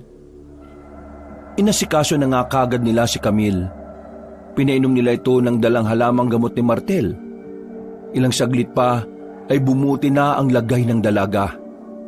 Nakakapagsalita na siya pero hirap pa rin na maigalaw ang hita. Nagpalipas sila ng oras sa yungib dahil sinasabi nga ni Martel na yun ang pinakaligtas na lugar sa baryo. Sir, totoo po ba talaga ang aswang? Nakita mo naman di ba kanina? Hindi pa rin ba naniniwala? Naisip ko lang kasi, ang sabi ni Manang Corazon na bago tayo makatawid dito sa Baryo Luntian, nasa pagitan tayo ng kabilang mundo at pagkalimot. Naisip ko lang na baka nananaginip lang tayong lahat at kailangan lang nating magising. Tanga ka ba? Sa tingin mo panaginip lang tong nangyari sa akin? At kung panaginip lang to, hindi mo madadala yung ginto at kayamanang ginugusto mo makuha. Ate naman, huwag ka na magalit sa akin. May punto rin naman ako, di ba? Nandito rin naman na tayo. Bakit hindi pa natin kunin yung mga kayamanan na nandito bago tayo makaalis? Sir Martel, sigurado akong nakita mo na kung nasaan yung kayamanan sa baryong to. Sabi kasi ni Manang Corazon, nagkalat lang daw sa mga kabahayan dito yung kayamanan eh. Sakim ka talaga no, James? Sa tingin mo ba makukuha natin yon sa mga taga-baryo na asong na ngayon? Nag-iisip ka pa ba? O puro ginto at kayamanan na lang ang nasa utak mo? Martel, kung nakapunta ka sa lugar na ito, dahil sa pagsunod mo sa instruction sa dokumento ni Lola, sigurado naman na may instruction din dyan para makabalik tayo. Oo, pero pasensya na Camila, dahil hindi ganun kadali eh. Nung pumasok ako dito, kinailangan ko magsakripisyo ng isang buhay na hayop, pati ng patak ng dugo ko. Huli ko na lang din nabasa yung tungkol sa kung paano makakalabas dito sa Baryo Luntian eh. Kung hayop lang naman ang kailangan, kukuha lang tayo sa gubat o dun sa baryo. Tapos magpatak tayo ng mga dugo natin. Pero iba na ang patakaran kapag paalis ka na sa Baryo Luntian. Ha? Anong ibig mo sabihin? Hindi na hayop, kundi tao na mismo ang kailangang isakripisyo. Ito pala ang dahilan kaya namatay ang Lolo Marcos ko. Ito yung nakatala rito sa lumang dokumento ni Lola Imelda. Nagulat ang lahat sa kanilang narinig. Hindi sila makapaniwala na ganun pala ang kapalit kapag ninais mong makalabas sa nawawalang baryo ng Luntian. Pasensya na dahil naudyukan ko pa kayong magpunta rito. Kung hindi dahil sa akin hindi rin kayo malalagay sa alanganing lahat. Naku, wag na tayo magsisihan pa. Sigurado ko na may iba pang paraan. Ang kailangan natin ay mahanap si Manang Corazon. Dahil sigurado kung alam niyang ligtas na daan palabas sa baryong to. Sa ngayon, magpahinga na muna tayong lahat. Ligtas naman ang lugar na ito, hindi ba? Bukas, magplano tayo kung paano makakapuslit sa baryo na ito. Hanapin natin ang matandang babaylan at sisiguraduhin ko sa inyo na makakabalik tayo sa atin ng ligtas at buhay. Walang may iwan. Yes sir, patigin to ah. Napaismid na naman si Camila dahil inis na talaga siya sa inaasal ni James. At katulad ng napag-usapan, nagpahinga na nga muna sila sa yungib na yon. Nagsalitan sina Alfonso, Martel at James sa pagbabantay habang si Camila ay nagpapahinga para makabawi ng lakas dahil sa pagkaparalisa. At mabilis na lumipas ang oras. Kinabukasan, sabay-sabay silang nagising dahil sa tila masasayang huni ng mga ibon sa labas ng yungib. Pagsilip nila roon ay parabang normal lang ang kapaligiran. Pinagsaluhan nila ang natitirang dilata na dala ni Martel noong nagpunta siya sa lugar na yon. At habang kumakain, ay pinagplanuhan na nga nila ang gagawin. Mabuti na lang talaga. Sa ilang araw na pananatili ko sa lugar na ito, nakakabisado ko na rin ng baryo. Kung ang hinahanap natin ay yung sinasabi mong matandang babae, posibleng makita natin siya sa kapilyang nasa pinakasentro. Ilan lang naman ang nakita kong kabahayan na nandun sa paligid ng kapilya eh. Meron din ako nakitang kulungan ng baka at kambing doon na pwede natin gawing pamain para mabulaho silang lahat. Tama, pakakawalan natin yung mga nasa kulungan at habang abala sila saka tayo papasok sa kapilya para kunin si Manang Corazon. Kapag di gumana yung unang plano, James, pwede ka namang maging pain. Mabilis ka namang tumakbo, di ba? Oh, bakit po ako? Magpapakita ka lang naman sa kanila sa bandang bukid eh. Tapos kapag hinabol ka nila, aabangan ka ni Camila sa kakahuyan. Sabay na kayong babalik dito sa kuweba. Tapos kami ni Fonso, kaming bahala na humanap kay Manang Corazon. Gagawin lang naman natin to kapag hindi umubra yung una nating gagawin eh. Paano kung mag-transform sila sa pagiging aswang? Huwag kayong mag-alala, dahil hindi naman sila magpapalit sa anyo kapag umaga eh. Tuwing gabi lang sila nagiging aswang. Kaya dapat, bago kumagat ang dilim, magawa na natin ang misyon natin. Sa tagal na nila sa lugar na to, siguradong sabik na sila sa sariwang dugo at karne ng tao. Kaya kailangan na natin makalis sa lalo madaling panahon. Paano po kung parehong hindi gumana yung mga plano natin? Paano po kung ang solusyon lang talaga ang nakalagay dyan sa lumang dokumento ni Lola Imelda? Gusto mo bang makauwi o gusto mong magpaiwan dito? Gusto ko baka uwi. Di sumunod ka na lang sa plano at yung sinasabi mo, pag-iisipan na lang natin yan kapag wala ng ibang paraan. Wala namang umimik sa kanila. Pagkatapos ng pag-uusap na yon, ay sinunod na nga nila ang usapan. Sinimulan nila ang plano eksakto 12:00 ng tanghali kung saan sinasabi ni Martel na nagpupunta nga raw ang mga taga-baryo sa kapilya para sa isang ritual na pananalangin. Nakaantabi lang sina Camila at James sa kakahuyan na malapit sa bukid. Para kapag pumalpak ang unang plano ay saka na sila kikilos. Samantala, nagpunta na nga ang mag-best friend sa bandang kapilya. Habang walang tao, ay tinungo nila ang kulungan ng mga manok, baka at kambing. Binuksan nila mga ito at binugaw mga hayop na naroon.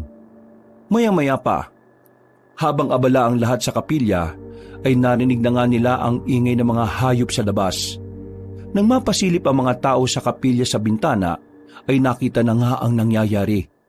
Nag-utos ang namumunong si Mang Ordo sa ilang kalalakihan na lumabas para ikulong ulit ang mga hayop na nakakawala. Sinamantala na nga nina Alfonso at Martel ang pagkakataon. Nagtungo sila sa likurang bahagi ng kapilya hanggang sa makita nila ang pintuan dito. Dahan-dahan nilang itong binuksan at saka maingat na pumasok. Ako nang papasok, tol. Dahil ako nakakakilala kay Manang Corazon eh. Okay, sige. Ako naman bahala rito mag-lookout. Mag-iingat ka, tol ha. Kung kailangan mo ng tulong, tawagin mo kaagad ako. Oo, tol. Nagmadali na nga si Alfonso sa pagpasok sa loob ng maliit na kapilya. Sinuyod niya ang 2 silid sa likuran pero wala siyang nakitang tao. Kahit sa banyo ay nagpunta rin siya pero walang nakita roon. Nagdesisyon na siyang pumunta sa harapan. Sumilip siya sa kortina hanggang sa mapansin niyang nagbabalikan na ang mga tao na nagkulong sa mga hayop na pinakawalan nila. Hindi niya nakita roon si Manang Corazon kaya bumalik na siya sa kinaroroonan ni Martel. Pero nagulat siya dahil may ilang kalalakihan na papunta sa kinaroroonan nila. Makikita nila tayo, tol. Magtago tayo. Pero wala tayong pagtataguan. Bago pa matapos ni Alfonso ang pagsasalita, mula sa kinaroroonan nila ay nakita na nila si James na tumatakbo sa bukirin. Tila natunugan na nga ng mga yun ang kanilang sitwasyon. Dahil doon, ang mga kalalakihang papunta sana sa kinaroroonan nila ay tumakbo papunta kay James. Nagpahabol nga ang malusog na lalaki hanggang sa kakahuyan. Nang paangat na siya, ay nakaabang naman doon si Camila na inaabot ang kamay niya. Pero dahil sa mabilis sa mga kalalakihan kaya halos maabutan na sila. Bilisan mo, James! Abutin mo na ang kamay ko! Oo, ate! Paghawak ng malusog na binata sa kamay ni Camila, ay pwersahan niya yung hinatak. Dahil tuloy dito ay nahulog ang dalaga at dumaus-us pababa. Nagpalit sila ng pwesto. Si James na ang nasa ligtas na sitwasyon habang siya ang nasa baba at nakikipaghabulan. Tumakbo na si James pabalik sa kuweba na hindi iniisip ang kasama. Mabuti na lang ay dumating sina Alfonso at Martel kaya nailigtas nila ang dalaga. Natakasan nila ang mga taga-baryo at sabay-sabay silang nakabalik sa yungib. Pagkakita ni Camila kay James ay galit na galit siya dito na gusto niyang saktan ang malusog na binata. Pero pinigilan siya ng 2 lalaki. Sinadya mo akong hatakin para ako malagay sa alanganin, no? Ate naman, bakit ko naman gagawin yun sa'yo? Grabe ka naman kung makapambintang. Matagal mo na akong kilala. Sa tingin mo magagawa ko yun? Sa tagal ko na nga pagkakakilala sa'yo, di ko sukat akalain na ganyan ka pala. Hindi ka lang sakim eh, makasarili ka rin. Bakit ba inis na inis ka sa akin, Ate Camila? Hindi naman ako yung gustong mapunta rito, di ba? Bakit parang ako sinisisi mo? Tama na yan. Hindi yan makakatulong sa atin. Tumahimik na nga sina James at Camila habang sina Alfonso at Martel ay nag-iisip ng paraan kung paano makakalis sa lugar na yon nang ligtas silang apat. Sumasakit ang ulo ko kakaisip eh. Nasa kaya nagtatago yung matandang yun? Kailangan pa nating magalugog sa baryo habang sikat pa ang araw. Mga kasama, medyo risky itong gagawin natin pero kailangan nating maghiwa-hiwalay para mas mabilis na mahanap yung sinasabi niyong matandang babae. Kung sino una makakita sa kanya, maghanap kaagad ng makakasama para makatulong at makagawa kaagad tayo ng plano para maisama yun dito sa kuweba. Wala na tayong dapat sayangin na oras dahil kapag kumagat ang dilim, siguradong mas mahihirapan tayo dahil mag-aanyo na silang aswang. Dahil sa planong yon ay kumilos na nga agad silang apat. Nagiwahiwalay silang bumalik sa baryo at nagmasid-masid hanggang sa sumapit na ang alas 5:30 ng hapon. Eksakto naman na natunto ni James ang kinaroroonan ng mga nakatagong yaman sa baryo. Dahil dito, tila nawala na naman siya sa focus. Gamit ang dala niyang bag ay kumuha siya ng mga ginto at alahas. Isinilid niya ang kakasya pero marami pa ring natira. Babalikan ko kayo! Ano yung ginagawa mo? Bakit inuuna mo pa yung mga kayamanan na nakita mo kaysa sa paghahanap kay Manang Corazon? Ate naman, huwag mo na akong pakialaman. Naghahanap naman ako sa taong yun eh. Nagkataon lang na itong una ko nakita. Umalis na tayo rito. Bilisan mo na dahil magdidilim na. Mauna ka na ate. Kaya ko na ang sarili ko. Napailing na lang si Camila at dahil nga sa papalubog na ang araw kaya sapilitan na niyang hinatak ang malusog na lalaki.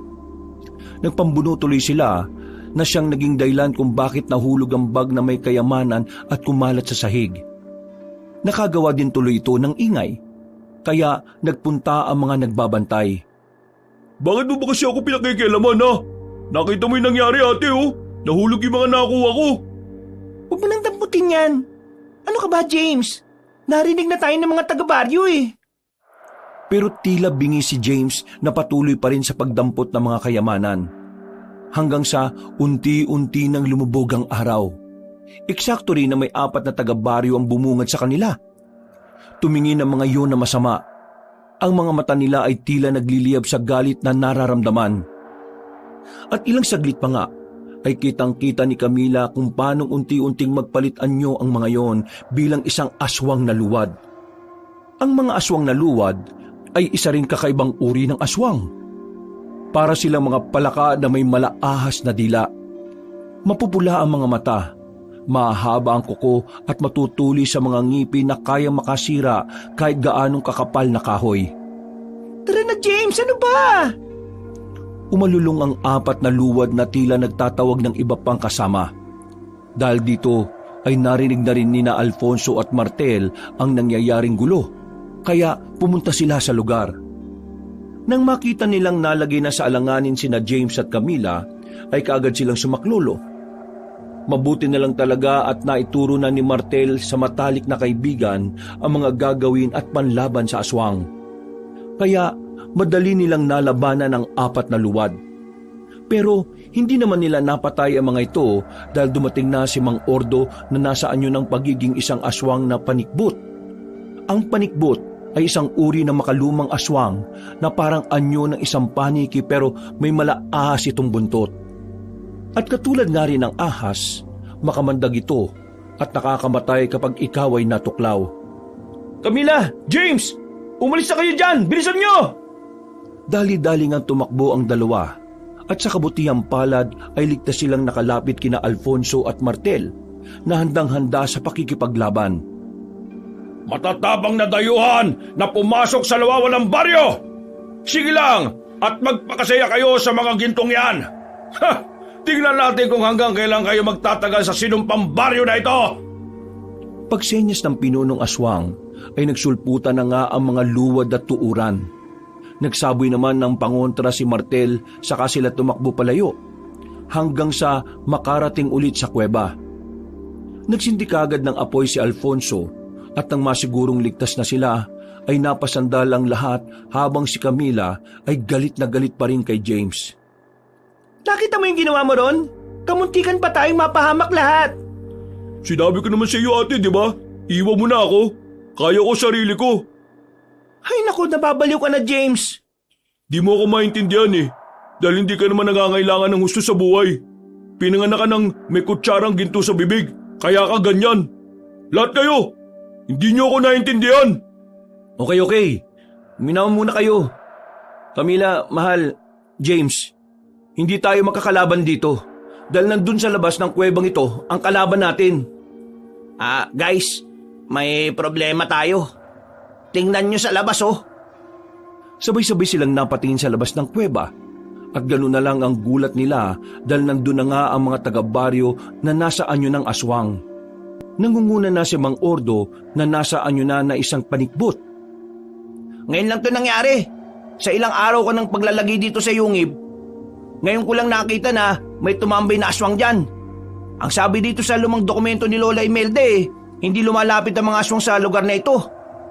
Pero bakit sila ngayon nandyan, Tol? Wala rin akong ideya, Tol Malamang dahil yan na sa ginto. Baka ang mga ginto pa na dinala ni James ang maging daan para makapasok sila rito sa kuweba. Hindi ko rin alam pero posible nga. Kaya habang maaga pa, James, itapon mo na yan sa labas. Hindi ko susuko mga ginto ko. Nababaliw ka na ba talaga? Akin na nga yan. Natigilan na sila dahil kumuha ng malaking bato si James at umamba sa mga kasama. Kitang-kita sa mata ng malusog na binata ang determinasyon na hindi isuko ang mga hawak niyang kayamanan.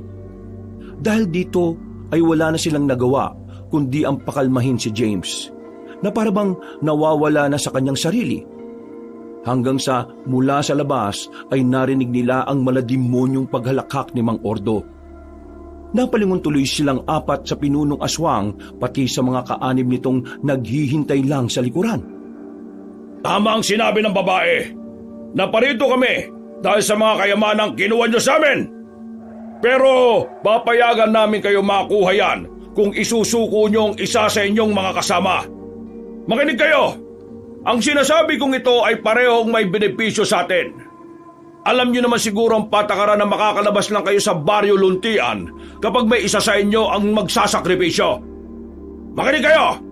Matagal na panahon kaming hindi nakakatikim ng sariwang dugo at karne ng tao. Kaya sana mapagbigyan niyo rin kami. Makakauwi kayo kasama ang kayamanan at makakakain kami. Batas lang naman, hindi ba? Hindi kami makikinig sa mga sasabihin ninyo. May iba pang paraan. Alam namin si Manang Corazon ang may alam ng tamang paraan para makabalik kami sa labas ng baryong ito. Makinig kang mabuti, lalaki. Ang trabaho ni Corazon ay magdala ng mga bibiktimahin sa lugar na to para makatikim naman kami ng sariwang dugo at karne ng tao. Sa madaling salita, mga biktima niya kayo. At binibigyan ko na kayo ng mainam na pagpipilian. Isa lang ang iiwanan nyo bilang sakripisyo at makakauwi na kayo kasama ang kayamanang hinahangad ninyo. Dahil dito ay napatingin si Alonso sa mga kasama. Wala siyang gustong isuko kahit pa si James na nasilaw na sa kayamanan. Matibay yung paninindigan niya na makakauwi silang apat ng buhay. Pero hindi ganito ang takbo ng tadhana. Mabilis ang sumunod na pangyayari. Hindi nila namalayan ang pagkilos ni James. Tanga ng bag nitong naglalaman ng ginto. Hinawakan niya at tinutukan sa leeg ng matulis na patalim si Camila. Hindi alam ni na Alfonso at Martel kung saan ang galing ang patalim na yon. Pero kinabahan sila para sa buhay ng dalaga. James, anong ginagawa mo? Pasensya na sir, pero punong-puno na ako dito sa girlfriend mo Dapat siya na ang magsakripisyo. Uwi ako ng buhay sa amin. Dala ang kayamanan na to. Huwag mong gawin to, James. May iba pang paraan. Wala na. Sinabi na ng aswang na wala, di ba? Kaya ako na gagawa ng paraan. Sinubukang pigilan ni na Alfonso at Martel si James, pero idiin nito ang patalim sa liig ni Camila. Bahagya yung nagdugo, kaya napahayaw sa sakit ang babae. Dahil doon ay natigilan sila at pinagmasdan na lang ang malusog na binata habang mabagal na lumalabas sa kuweba. Tuwang-tuwa naman si Mang Ordo at ang mga aswang sa kanilang nasisilayan, lalo na makita nila ang pagtagas ng kaunting dugo sa liig ni Camila. Para bang humalimuyak yun na isang mabangong samyo sa kanila. Yan! Tama ang naging desisyon mo, malusog na binata. Dahil dyan, makakamit mo ang lahat ng daladala mong kayamanan at makakauwi na kayong tatlo. Ako lang ang pauwiin mo. Sawang-sawa na rin ako sa pagiging sunod-sunuran sa dalawang yan eh. Ngayon, may mga kayamanan na ako. Ako na ang masusunod sa buhay ko. Gusto ko ang ugali mo, batabang binata. Parang bagay na bagay ka sa lugar na ito ah. Huwag mo akong pinaglililin lang. Hindi ako magtatagal sa lugar na to, no? Ibibigay ko lang ang babaeng to kapag may nakita kong lagusan pabalik sa amin. Humalakak lang si Mang Ordo, habang ang mga aswang sa likuran niya ay tila sabik ng makatikim ng sariwang karne at dugo ng tao. Sina Alfonso at Martel naman ay umiisip na ng paraan kung paano may liligtas si Camila. At nakahanap na nga sila ng tiyempo dahil habang lumalakad palapit sa mga aswang si James ay nadulas ito. Napaiktad sila pareho ng dalaga. Tumilapo naman ang patalim niya kaya ubod lakas na sinipa ni Camila si James sa muka. Pareho silang gumulong pero mas malapit ang malusog na lalaki sa mga aswang. Habang inaalalayan ni Alfonso ang girlfriend ay sinamantala rin ni Martel ang kaguluhan. Naghagi siya ng natitirang pangontra. Tinamaan ng ilang aswang kaya umangil ang mga to habang nanghihina. Aka na! Bilis! Saan tayo pupunta, tol? Sa baryo, tol! Wala na nga silang inaksayang oras. Habang ibang aswang ay humihiyaw sa sakit dahil sa pangontra, ang iba naman ay abala kay James na pinag-aagawan. Hindi na nila nakita ang eksaktong nangyari sa malusog na lalaki dahil tumakbo na sila papalayo. Narinig na lang nila ang pag-ungol ng mga aswang at nang lumingon si Alfonso sa likuran ay nakita niya ang ilan sa mga tuuran na sumusunod. Magmadali na tayo! Sumusugod na yung iba! Mal, kaya mo bang tumakbo ng mabilis? Oo naman! Kung ganon, tara na! Martel, bilis! Tumakbo nga sila at tinakasan ng mga tuuran na humahabol. Nang malapit na silang sa baryo ay may sumulpot sa harap nila na dalawang batang luwad. Nasaan yung asungman ng mga yon ay kapansin-pansin pa rin na bata sila kaya nag-aalangan si Alfonso at Camila na sakta ng dalawa. Anong ginagawa nyo? Mga bata, tol eh! Hindi sila mga ordinaryong bata, mga aswang sila! Isinaboy nga ni Martel ang huling pangontra sa dalawang kalaban. At kitang-kita nila kung paano maglupasay ang mga batang aswang na parang bulating binudbura ng asin. Hanggang sa huminto ang mga yon at unti-unting magsaabo. Natutop na lang ni Camila ang bibig sa sobrang pagkagulat. Gusto niyang maiyak dahil bata pa rin ang tingin niya sa dalawang luwad. Pero wala na siyang nagawa. Dali na guys! Doon tayo sa bahay na yon. Nanggaling ako roon nung isang araw eh. May mga nakita kong pangontra. Palagay ko doon nanggaling sina lolo at lola ko noon. Nakita ko may mga lumang bag doon sa isang sikretong silid na magagamit natin. May mga pangontra pa ako nakita ron. Wala na nga silang inaksayang oras. Tumakbo sila papunta sa tinuturong bahay ni Martel. Pero ang mga tuuran ay patuloy pa rin sa paghabol. Nang malapit na sila sa bahay ay tumilapo ng isang tuuran at nahagip sa paanan si Martel. Nadapa ang matipunong binata kaya natigilan din si Alfonso at Camila habang nakatitig sa kaibigan. Sige na, mauna na kayo! Hindi kita iiwan dito! Mamamatay tayong lahat dito kapag di pa kayo! Ha? Hindi na nakapagsalita si Martel dahil sinugod na ni Alfonso ang aswang na sumunggab. Nagpambuno sila at gamit ang buong lakas ay nabuwal ang tuuran. Inalalayang kagad ni Camila si Martel habang si Alfonso ay kumuha ng kahit na anong mapupukol sa aswang. Buong lakas niyang pinalo na matigas na bato ang tuuran at napuruhan ang ulo nito. Bumagsak yon sa lupa at nangisay-ngisay, at nang makita yon ng isa pang aswang ay nagalit yon. Kaya sumalakay yon. Doon na nga naisip ni Alfonso na gamitin ang kanyang baril na nirereserba niya sana.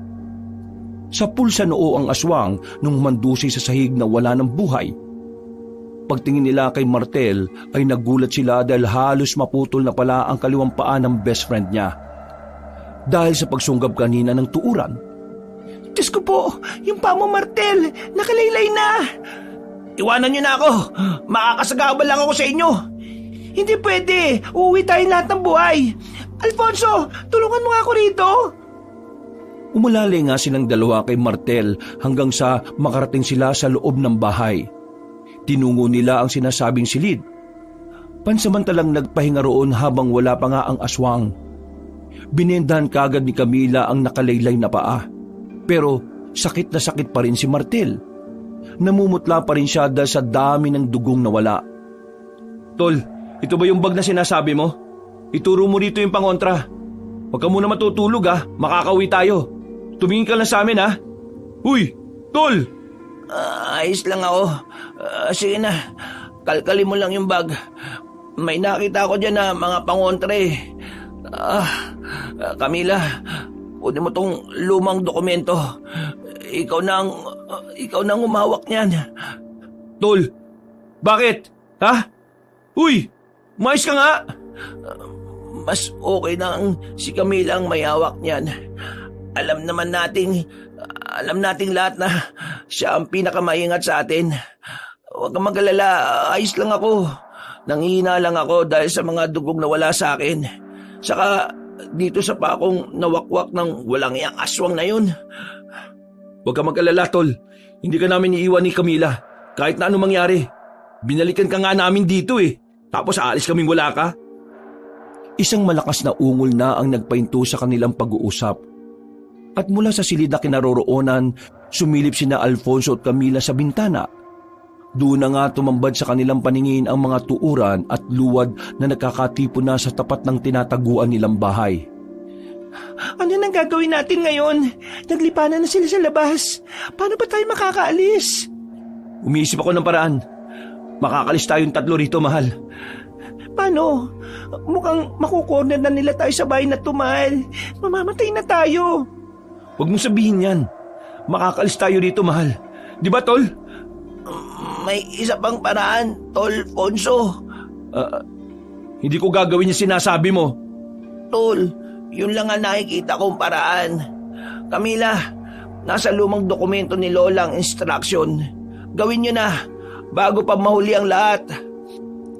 Natigilan na naman sila sa pag-uusap dahil isang tuuran ang sumira sa bintana at pumasok sa loob ng kinaroroonan nilang silid. Gamit ang mga nakuwang pangontra ay sinaboy ni Alfonso ang isang botelya. Nang tumama ito sa mukha ng aswang ay nalusaw kagad ito at nagsaabo ng walang ano-ano. Nagulat silang lahat at nagkatinginan. Pero meron na namang isa pang sumulpot mula sa nasirang bintana. Dinambahan na nito si Alfonso pero natakasan niya rin at gumapang siya palayo. Nang mapasandal siya sa isang gilid ay may nakita pa siyang lumang bag. Sa kabutihang palad ay may nakita siya roon na kinakalawang na itak. Nang sumugod ang aswang ay kinuha niya kagad ang kagamitan at saka isinaksak sa mukha ng halimaw.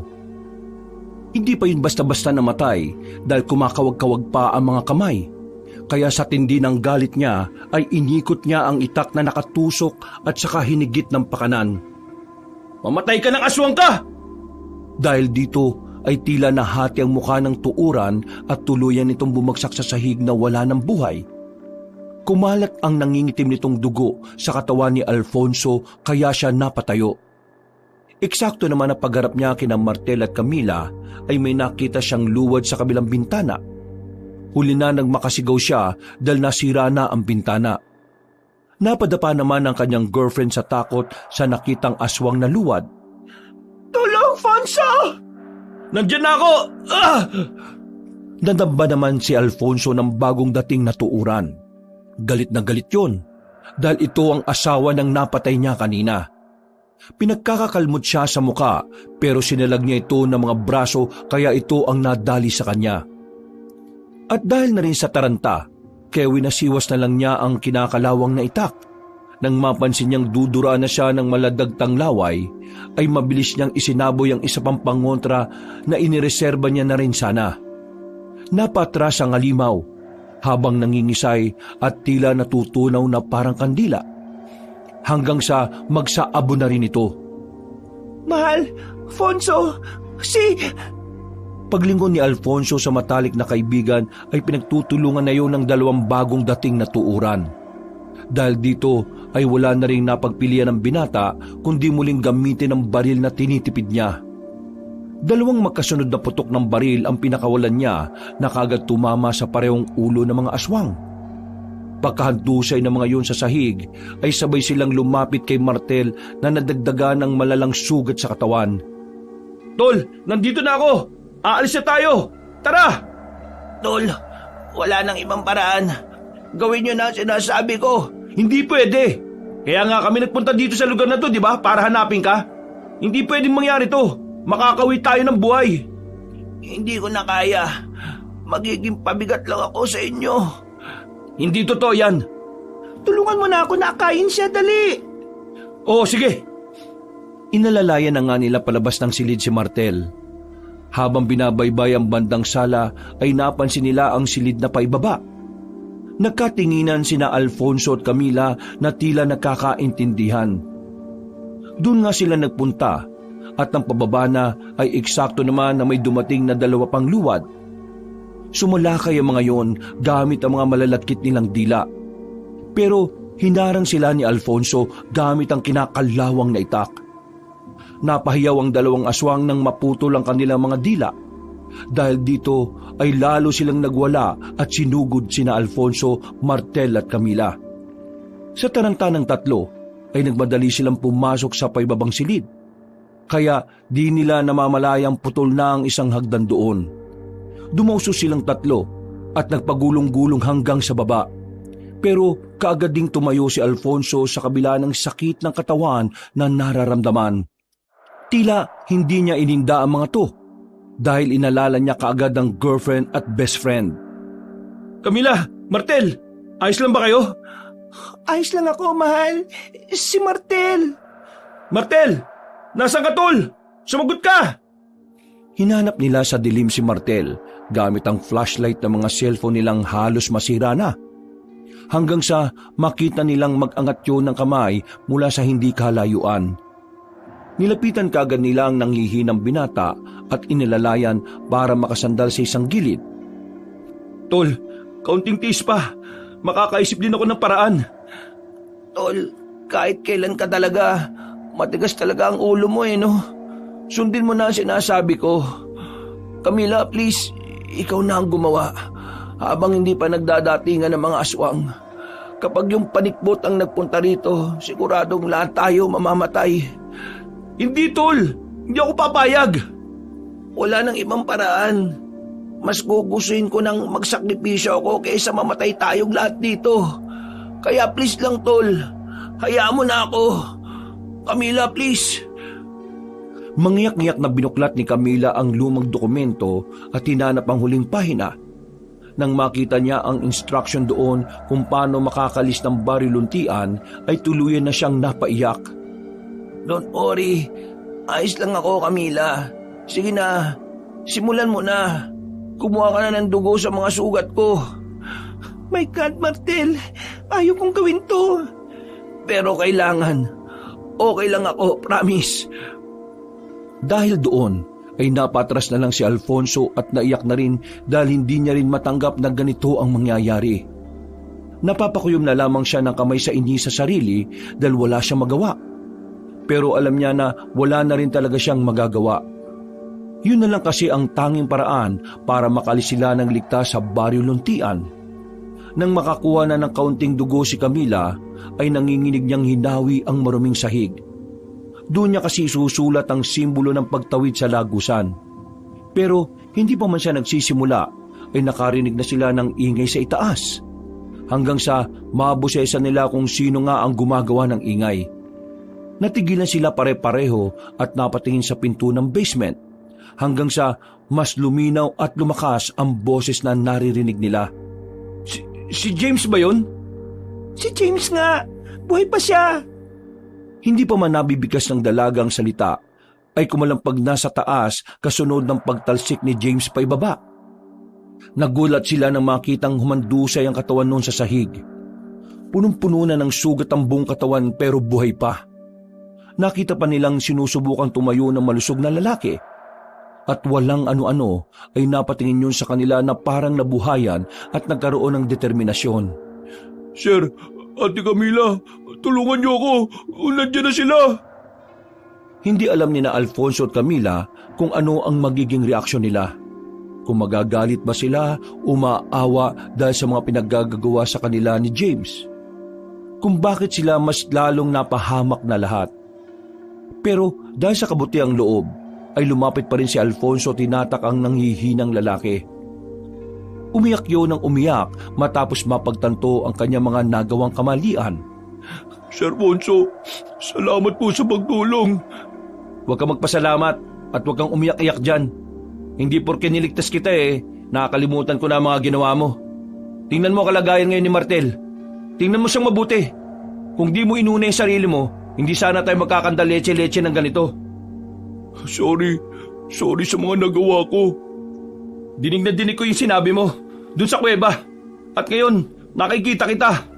Palagi yung nagpapaulit-ulit sa utak ko. Kaya hindi ko alam kung pagkatapos nito mapapatawad pa kita. Tol, saka na kayo magtalo. Gawin mo na, Camila, ang dapat mong gawin habang wala pa mga aswang. Gawin mo na ang simbolo ng pagbubukas ng daan palabas sa panyong to. Hindi nga nagkamali si Martel ng hinala dahil walang ano-ano ay sumulpot na ang mga luwad. Tuuran at kasama pa si Mang Ordo na nasa anyo ng aswang na panikbot. Natigilan silang lahat dahil humalakhak ang pinunong aswang. Habang dahan-dahan silang bumababa sa basement. Ha! Kita mo nga naman. Talaga nagkatipon-tipon pa kayo sa isang lugar, ha? Napakapabor talaga sa amin ng pagkakataon dahil hindi lang isa, kundi 4 na mapagpepiestahan namin. Maraming salamat talaga kay Corazon sa walang sawa niyang pagpapadala ng handog sa mga taga-Baryo Luntian.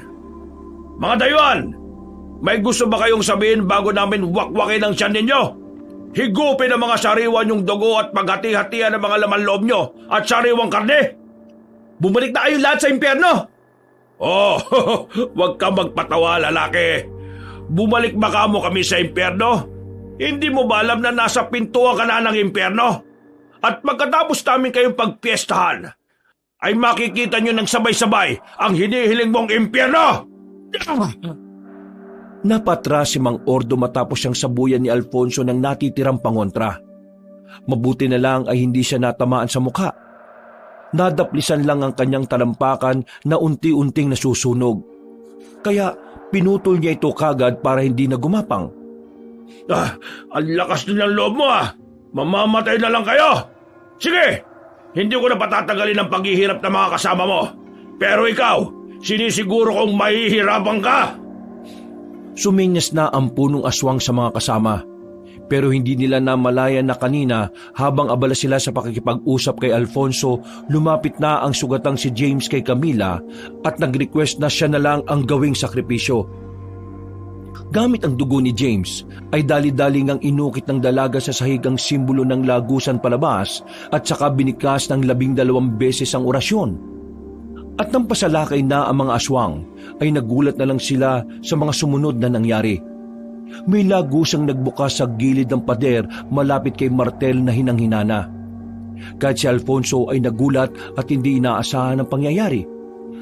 Mahal, Fonso, tara na sa lagusan! Ha? Sige!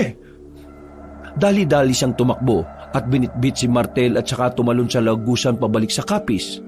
May mga aswang pang sumunod pero nang makalabas na sila roon ay bigla na lang silang natunaw. Nagulat ang magkasintahan matapos yung makita. Pagtingin nila sa lagusan ay nakita nila kung paanong unti-unting lamunin ng lupa ang katawan ni James na wala ng buhay. Napaangil din si Mang Ordo dahil alam niyang kapag tumawid sila ay mamamatay sila katulad ng nangyari sa 2 aswang na sumunod. Bakit hindi ka ngayon sumunod dito? Kung matapang ang aswang ka, lumabas ka dyan! Diyan sa Baryo Luntian at sumunod ka rito! Hindi pa tayo tapos! Sigurado akong ibabalik kayo ni Corazon dito sa Baryo Luntian. At kapag nangyari yon, sinisiguro ko sa iyo na pahihirapan kita ng gusto bago ka mamatay! Sa palagay mo, papayagan kong mangyari yon? Makukulong na kayo mga aswang sa sinumpang baryo na yan dahil hindi na ako papayag na makapambiktima pa ang manang Corazon na yon! Umangil ng umangil si Mang Ordo pati ang mga aswang hanggang sa unti-unti nang magsara ang lagusan. Nang tuluyan na itong mawala ay nakahinga na sila na maluwag. Pero hindi pa rin nagpakampante si Alfonso kaya naglakad siya palayo. Mahal, saan ka pupunta? Ikaw na munang bahala kay Martel. Dalhin mo siya sa bakasyon ng liblib at babalikan ko kayo ron. May kailangan lang akong tapusin. Pero, Makinig ka na lang, Camila. Nang makita nga ng dalaga ang matinding galit sa mga mata ng kanyang boyfriend, ay hindi na siya umalma pa. Ginawa na lang niya ang gusto ng binata. Inalalayan niya si Martel hanggang sa makarating sila sa bakasyon ng liblib. Tinungo naman ni Alfonso ang barong-barong ni Manang Corazon. Magbubukang liwayway na ng mga abutan niya ang matandang babae na nagwawali sa bakuran. Tumigil yun nang makita siya. Kitang-kita sa mukha ng babaylan ang gulat dahil hindi niya inaasahan na makakabalik pa siya ng buhay. Hindi niya muna pinansin na matandang babae. Nagdire-diretso siya sa loob ng barong-barong habang yun ay nananatili sa labas hawak ang walis tingting. Maya-maya pa ay pinagbababasag niya ang mga kagamitan sa loob ng bahay. Wala siyang itinira sa mga yun. Siniguro niyang walang mapapakinabangan sa mga gamit ng babaylan. Pagkatapos ay lumabas siya at hinarap nga si Manang Corazon. Kitang-kita ang galit sa kanyang mga mata. Bakit mo sinira ang mga gamit ko? Tandaan mong mabuti itong sasabihin ko, tanda. Kapag inulit mo pa sa ibang taong ginawa mong ito sa amin, sinisiguro ko sa iyo na magsisisi ka. Dahil hahantingin kita kahit saan ka pa magtago. Tinatakot mo rin ba ang isang babayla na katulad ko? Hindi kita tinatakot. Binibigyan kita ng babala. Hindi mo kilala kung paano magbigay ng babala ang treasure hunter na katulad ko. Kaya kung hindi ka susunod sa mga sinasabi ko, magtago ka na ngayon pa lang. Dahil sa susunod, hindi lang yan ang mangyayari sa bahay mo. Baka pati ikaw, mabasag ko na rin ang ulo. Naintindihan mo? Hindi na hinintay ni Alfonso na makapagsalita ang matandang babae. Tinalikuran na niya ito at naglakad na palayo. Pero dahil sa insulto, nagalit yon at kinuha ang kahoy sa gilid. Binalak nga ni Manang Corazon na paluin sa ulo si Alfonso. Pero natunugan na siya. Kaya dali-daling binunot ang binata ang baril at pinaputukan sa ulo ang matandang babaeng babaylan. Patay itong humandusay sa sahig pero pinagmasdan lang siya ng malamig ng binata. Pagkatapos ay sinunog na niya ang bahay ng babaylan kasama ito at siniguro na wala nang mabibiktima pa kahit na kailan. Pagbalik niya sa bakasyon ng liblib ay naabutan niya si Camila na nakaupo sa pintuan at umiiyak. Tumakbo siya palapit sa nobya at nang makita siya noon ay mas lalong humagulgol. Wala na si Martel. Patay na siya, mahal. Iniwan na tayo ng best friend mo. Napayak na lang din si Alfonso dahil namatay nga ang matalik niyang kaibigan. Sobrang sakit para sa kanya dahil mahal na mahal niya si Martel na parang isang tunay na kapatid at kapamilya. Malaking parte ng buhay niya nakasakasama ang best friend kaya napahagulgol na rin siya. Dahil sa nangyari ay sinunog na nila ang lumang dokumento ni Lola Imelda upang masiguro na wala nang makakapunta sa nawawalang Baryo Luntian. Inuwi nila ang labi ni Martel sa Maynila at binigyan ng maayos na libing. At dahil sa insidenteng yon ay tumigil na rin sila sa pagiging treasure hunter. Gamit ang naipon nilang pera ay nagtayo sila ng maliit na tindahan na ginto. At nang makaipon pa ay saka naman sila nagpakasal. Siniguro nilang magiging magarbo ang pagdiriwang na yon. Nang magkaanak sila ng kambal, ay pinangalanan nila ang dalawang lalaki na Martel at James bilang pag-alaala sa mga kasama na namatay matapos nilang makaengkwentro ang mga aswang sa nawawalang baryo. Wakas,